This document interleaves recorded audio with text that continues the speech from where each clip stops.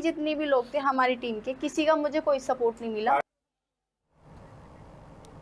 वहीं 10 जून को प्रधानमंत्री मोदी इतिहास रचेंगे। प्रधानमंत्री मोदी तोड़ेंगे नेहरू का रिकॉर्ड। सबसे लंबे वक्त तक पीएम रहने का रिकॉर्ड है और नरेंद्र मोदी ने बतौर पीएम 12 साल पूरे कर लिए हैं।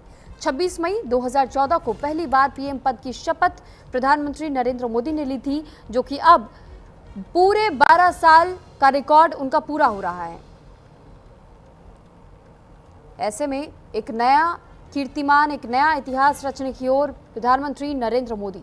26 मई 2014 का वो दिन था जब पहली बार उन्होंने प्रधानमंत्री नरेंद्र मोदी जब उन्होंने पीएम पद पर शपथ ग्रहण की थी और तब से अब तक लगातार इस पद पर कार्यरत रहने वाले पहले प्रधानमंत्री वो बन रहे हैं। यानी कि नेहरू का जो रिकॉर्ड था 4000 लगभग कुछ दिनों का, वो रिकॉर्ड अब टूट रहा है। तो 10 जून को प्रधानमंत्री नरेंद्र मोदी का ये रिकॉर्ड पूरा हो जाएगा।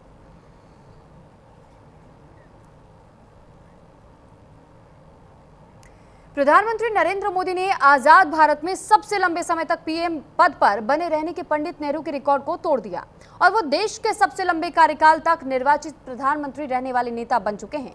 9 जून 2024 को ही उन्होंने एनडीए की तीसरे कार्यकाल में पीएम पद की शपथ ली थी और उनके सत्ता में रहने के 12 साल भी आज पूरे हो रहे हैं। और इसी को लेकर के हमारी संवाददाता आंचल यादव ने बीजेपी के राष्ट्रीय महासचिव राधा मोहन दास अग्रवाल से खास बातचीत की। सुनवाते हैं। बीजेपी के नेशनल जनरल सेक्रेटरी और बीजेपी के वरिष्ठ नेता राधा मोहन दास अग्रवाल से हमारे साथ बातचीत करने के लिए 12 साल की उपलब्धियां आप लोग जनता के बीच में पहुंचा रहे हैं और विपक्ष इस पर भी ठीकरा फोड़ रहा है, कह रहा है कि 12 साल में आप लोगों ने किया ही क्या है। हालांकि देखिए, नेहरू जी का भी रिकॉर्ड जो है वो टूट चुका है और सबसे ज़्यादा दिनों तक काम करने वाले प्रधानमंत्री बन चुके हैं नरेंद्र मोदी जी। देखिए, नेहरू जी के रिकॉर्ड और मोदी जी के रिकॉर्ड में ज़मीन आसमान का अंतर है।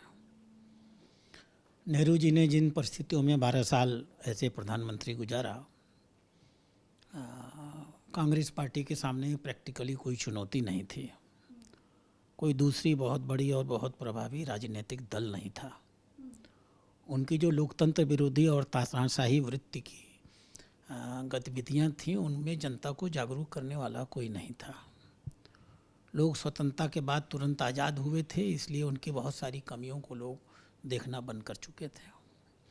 और तब ये स्थितियां आई कि आते आते नेहरू जी के अंतिम दिन में उन्होंने भारत का इतना बड़ा अपमान किया, भारत के उनके नेतृत्व में इतनी बड़ी पराजय हुई जो शायद दुनिया के इतिहास में किसी भी देश की नहीं होगी। हमने एक बहुत बड़ा भूभाग पहले पाकिस्तान को दिया और फिर उसके बाद चीन को दे दिया 1962 में। माननीय प्रधानमंत्री मोदी जी जिन परिस्थितियों में आज पिछले 12 सालों से काम कर रहे हैं, वो देश के सामने दूसरी बड़ी चुनौतियां थीं। चुनौती यथास्थितिवाद की नहीं थी। नेहरू जी यथास्थितिवाद लेकर चलते थे। मोदी जी ने सपना देखा कि अगर हम प्रधानमंत्री बने हैं तो भारत का कुछ अलग होना चाहिए। भारत जो देश की 11वीं आर्थिक व्यवस्था में पड़ा हुआ था, उसे देश की सर्वोत्तम विकसित अर्थव्यवस्था की सूची में जाने का हक है और इसलिए उन्होंने तात्कालिकता में विश्वास नहीं किया। 2047 की नीतियां बनाना शुरू किया कि भारत जो पुराने गौरवशाली अतीत के लिए जाना जाता था, हम भारत को उस गौरवशाली अतीत के ऊपर फिर ले जाएं। और भारत के सभी क्षेत्रों में कोई भी ऐसा क्षेत्र नहीं और समाज का कोई ऐसा वर्ग नहीं और देश का ऐसा कोई कोना नहीं, समाज का कोई ऐसा कमज़ोर वर्ग नहीं जिसकी ओर उनकी निगाहें नहीं गई और जिसको बेहतर करने के लिए उन्होंने प्रयास नहीं किया।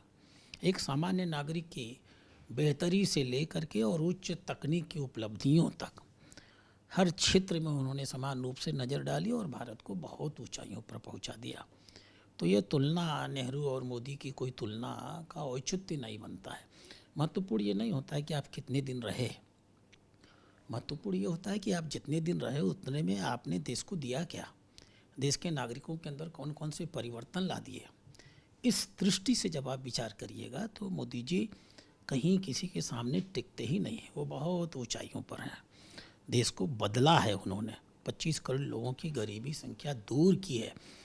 आज देश के लोगों की आय बढ़ाई है, देश के लोगों में पैसा गया है।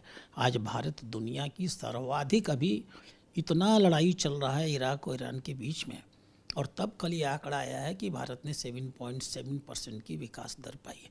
पूरी दुनिया की औसत विकास दर 2% है। चीन 4% पे बढ़ रहा है, अमेरिका 2% पे बढ़ रहा है, ये इंग्लैंड, ये जर्मनी और ये जापान 0.7% पे बढ़ रहे हैं और हम 7.5%, 7.7% की वृद्धि पा रहे हैं।